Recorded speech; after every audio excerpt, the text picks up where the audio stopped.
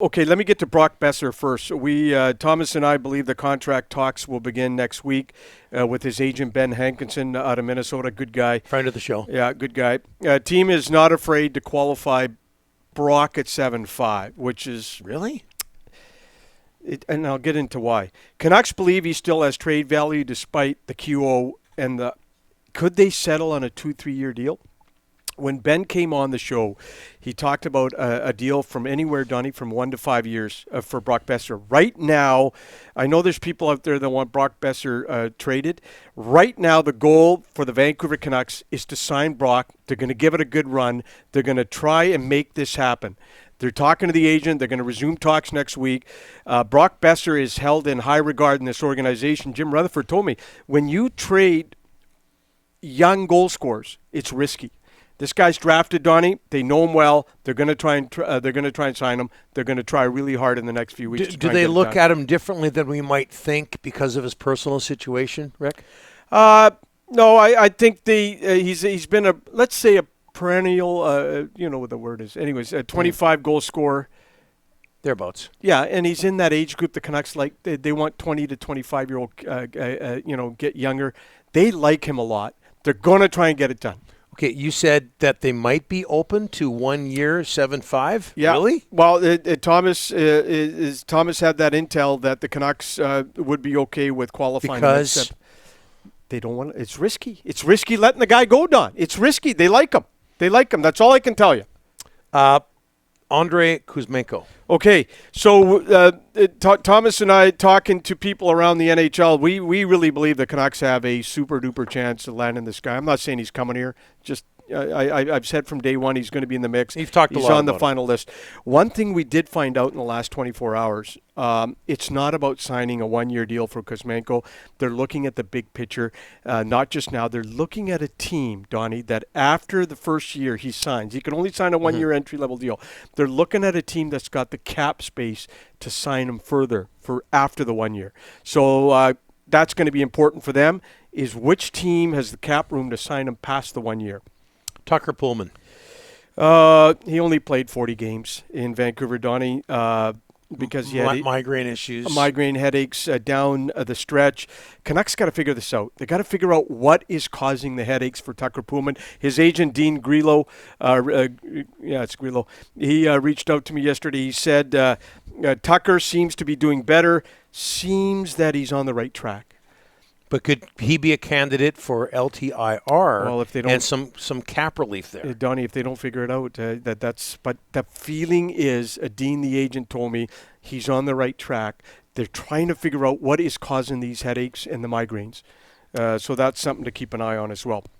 Canucks have made some moves dismissing 5 people from the medical and training staff. Donnie, I've been saying this from day one when Rutherford and Alvin got here. They were going to look at every aspect of the organization. Some scouts got let go last week, unfortunately, but that's just the biz, and we knew that was coming down. I had a good feeling they were looking at the medical and training staff a while ago. Sadly, 5 people in that department, including Roger Takahashi, they've been all let go. I've been saying this for a while. John Sanderson new as regime, yeah, and that's right, Donnie. New regime, new people.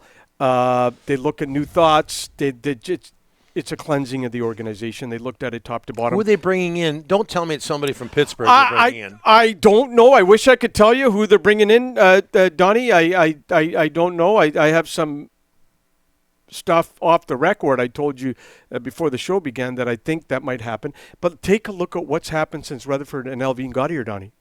It's been a ton of Pittsburgh people coming out west. It's Pittsburgh north.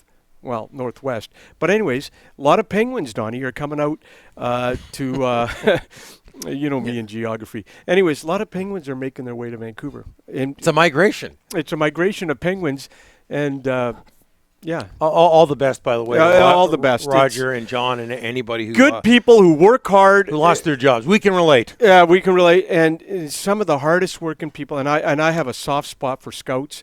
They go all over the world, Donnie, sitting in rinks, cold rinks, and then these trainers. Well, they work very hard. And Donnie, you and I have been at the junior, senior level, and we know what trainers, how hard they work on game day, after the game, before the game. some of the hardest working people are right there. And a lot of them are very close to the players. So you wonder what that – and in fact, a lot of the members of the training staff, medical staff, equipment staff are closer to the players than some of their teammates. A lot of their teammates. So you wonder what that does to chemistry. We got to move here, right? No, I got to tell you this. Here's one for you, a quick story. There was a player going to become a UFA in the NHL, and – he asked his agent, I'm only going to a specific team until I get the trainer I want. I need him to come with me to my new team. There you go. So that's just that relationship with the player and the agent, very strong sometimes. Boudreau. Bruce Boudreau, oh boy. Starting to sense, Donnie, frustration on both sides. But I do believe they want to get a deal done. Thomas and I feel that Boudreau, the side is... Well, the deal is done, though. Well, the deal's done. He can come back. He's got to make the decision, Don. Yeah. But I don't think Boudreau's side is very happy on how he was thrown under the bus. And you bring it up all the time. You're not happy about it either. The zone exits. But in defense of the Canucks, you have to tell the public why you're not extending his contract, Donnie. And the reason they didn't extend his contract is because the zone exits, the goalie won all the games, all that stuff. So it's...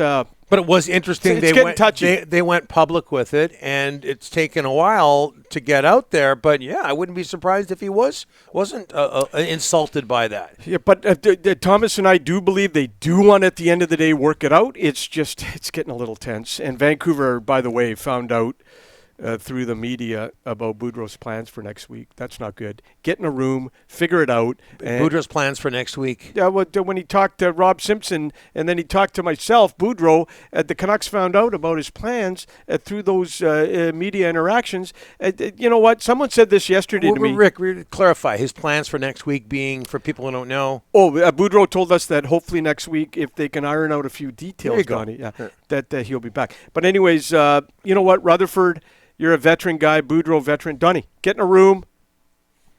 Yep. Get her solved.